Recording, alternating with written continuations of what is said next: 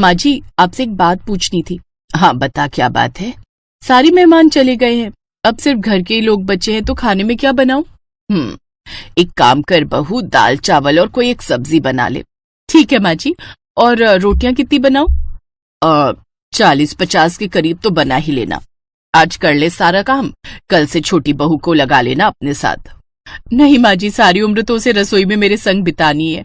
अभी 1-2 दिन अपने पति के साथ बिता लेने दीजिए, जब उसका मन करे वो खुद ही आ जाएगी रसोई में, तब तक मैं कर लूंगी सारा खाना।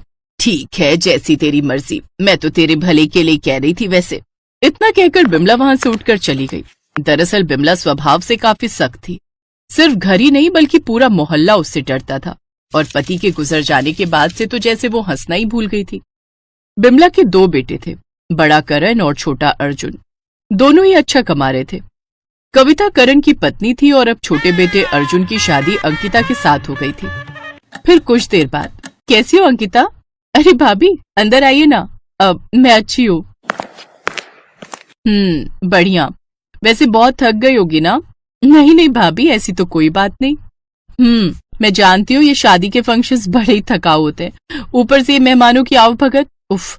अच्छा सुनो, मैं ये कहने आई थी कि रात के खाने के लिए दाल चावल रोटी और सब्जी बना रही हूँ। तुम्हारा कुछ और खाने का मन हो तो बता दो, मैं अलग से बना दूंगी तुम्हारे लिए। नहीं नहीं भाभी, आप सबके लिए जो बनाएंगी मैं भी वही खाऊंगी। बल्कि मैं भी चलती हूँ ना आपके साथ रसोई में, आपकी मदद करने। अभी से? अरे अभी 1-2 दिन नई बहू होने का सुख भोग लो, फिर तो सारी जिंदगी रसोई में ही गुजरनी है, समझी? वैसे भी माँ जी तुम्हें भी कहाँ छोड़ने वाली हैं। ठीक है, अब मैं चलती हूँ, मुझे बहुत सारा खाना बनाना है। बहुत सारा खाना? पर क्यों भाभी, सारे मेहमान तो चले गए ना? हाँ मेहमान तो चले गए, पर माँ जी तो है ना, और जब तक वो हैं हर रोज ढेर सारा खाना ही बनता रहेगा इस घर में। पर ऐसा क्यों भाभी, यहाँ हम 5 लोग ही तो है ना? अंकिता के सवाल का कविता ने कोई जवाब नहीं दिया और वहां से चली गई। उधर कविता का बिना कुछ कहे यूं चले जाना अंकिता को भी थोड़ा अजीब लगा, लेकिन वो नई बहू थी तो उसने चुप रहने में ही समझदारी समझी। फिर रात को खाने के वक्त पर, माँ जी आप भी आइए ना। हाँ हाँ, तुम लोग शुरू करो, मैं बाद में खाऊंगी, अभी मुझे कहीं जाना है। इतनी रात को? सुनिए, आप भी माँ जी के साथ जाइए ना। अंकिता ने अपने पति अर्जुन की तरफ देखकर कहा, लेकिन अर्जुन अपनी जगह से नहीं हिला। इधर बिमला और कविता एक दूसरे की तरफ देखने लगे। कविता, खाना बांध दिया ना? हाँ हाँ माँ जी, वही मेज पर रख दिया है। बिमला ने मेज से खाने की पोटली उठाई और बाहर निकल गई। उनके जाने के बाद दोनों भाई और कविता खाना खाने लगे, लेकिन अंकिता को कुछ समझ में नहीं आ रहा था। अंकिता ने ध्यान दिया कि दिन भर ऐसे ही हर 2-3 घंटों के बाद बिमला खाने की पोटली उठाती और घर से बाहर निकल जाती। अंकिता ने यह भी महसूस किया कि बेचारी कविता, वो सारा दिन बस रसोई में खाना ही बनाती रहती थी। फिर 2 दिनों के बाद अंकिता की पहली रसोई की रस्म हुई। उसने सभी के लिए तरह तरह के पकवान बनाए, लेकिन उसका बनाया हुआ हलवा सभी को बहुत पसंद आया। अंकिता। जी माँ जी। हलवा बहुत अच्छा बनाया है तुमने। एक काम करो, खाना खाने के बाद कविता के साथ मिलकर फिर से ऐसा ही हलवा बनाओ। कविता, कम से कम 3-4 किलो सूजी का तो बना ही लेना। जी माँ जी, मैं समझ गई। कविता अपनी सास बिमला का इशारा समझ गई थी, लेकिन अंकिता को तो कुछ पल्ले ही नहीं पड़ रहा था।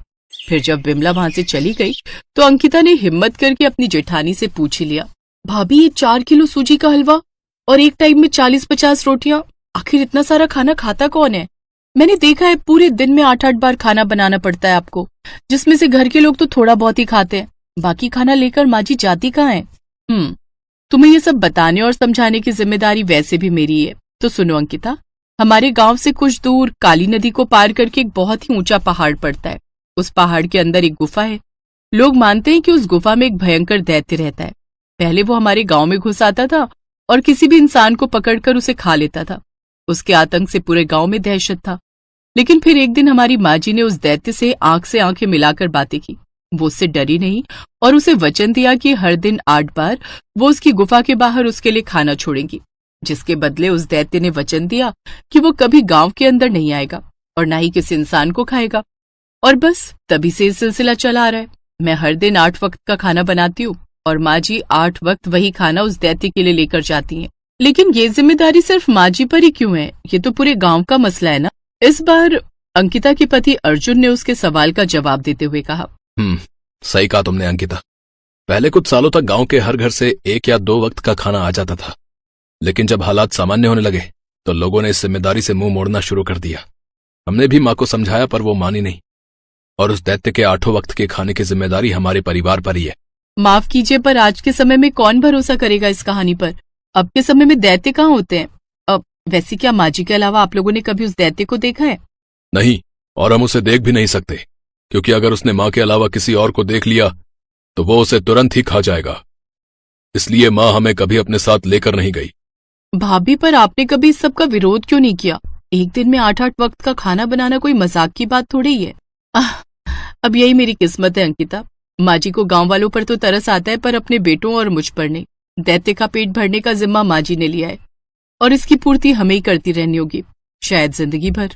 कविता ने ये बात बड़े दुखी मन से कही थी। दूसरी तरफ अंकिता ने उसी वक्त ये तय कर लिया कि वो इस कहानी की सच्चाई परखेगी जरूर।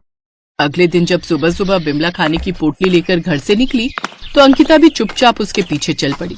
वो लगातार उसका पीछा करती रही। बिमला ने पहले एक नदी पार की जहाँ उसकी कमर तक पानी था। फिर नदी पार करके वो एक मंदिर में पहुंची, लेकिन वहाँ कोई दैत्य नहीं था, बल्कि ढेर सारे छोटे छोटे बच्चे थे जो बिमला का बेसब्री से इंतजार कर रहे थे। आ जाओ बालको, खाना लाई हूँ, चलो जल्दी से आ जाओ। पेड़ के पीछे छिपी अंकिता ये सब देखकर हैरान थी। उसने देखा कि बिमला ने सभी बच्चों को आराम से बिठाकर खाना खिलाया और फिर वहां से चली गई। अंकिता भी उसके पीछे पीछे चल दी। दूसरी बार बिमला ने खाने की पोटली लेकर एक बार फिर नदी पार की, लेकिन इस बार वो एक अनाथ आश्रम में गई। वहां भी उसने भूखे बच्चों को खाना खिलाया। कुछ देर बाद बिमला वहां से चली गई, लेकिन इस बार अंकिता वहां से नहीं गई। उसने देखा कि एक बूढ़ी औरत वहां झाड़ू लगा रही है। अंकिता उसके पास गई और फिर, सुनिए, ये कौन थी जो बच्चों के लिए खाना लाई थी? मुझे नहीं मालूम बेटी, लेकिन पिछले 25 सालों से वो ऐसे ही हर रोज बच्चों के लिए खाना लेकर आती हैं। कहते हैं कि उनके पति पहले यहाँ काम करते थे। वो बच्चों की देखभाल के साथ साथ उनके लिए खाना भी बनाते थे। मगर एक दिन कोई खतरनाक दैत्य यहाँ आया।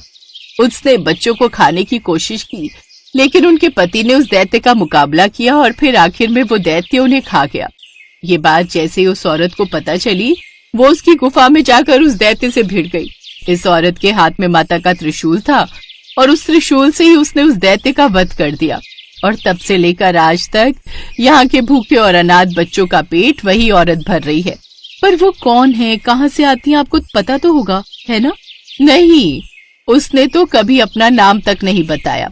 कहाँ से आती है फिर कहाँ चली जाती है, हमें कुछ नहीं पता। लेकिन लोग कहते हैं कि उनकी संतान नहीं थी। तब वो इसी अनाथ आश्रम से 2 लड़कों को अपने साथ ले गई थी अपना बेटा बनाकर। अब चिंता मत करिए, वो दोनों बच्चे अब बड़े हो गए और बहुत सुखी है अपने परिवार के साथ। ये कहकर अंकिता ने अपने आंसू पोंछे। उसके चेहरे पर मुस्कान थी, क्योंकि वो समझ गई थी कि उसकी सास अत्याचारी नहीं बल्कि परोपकारी थी। और अब उसे भी इस बात पर गर्व हो रहा था कि उसके घर की रसोई में हर रोज 8 वक्त का खाना पकता है।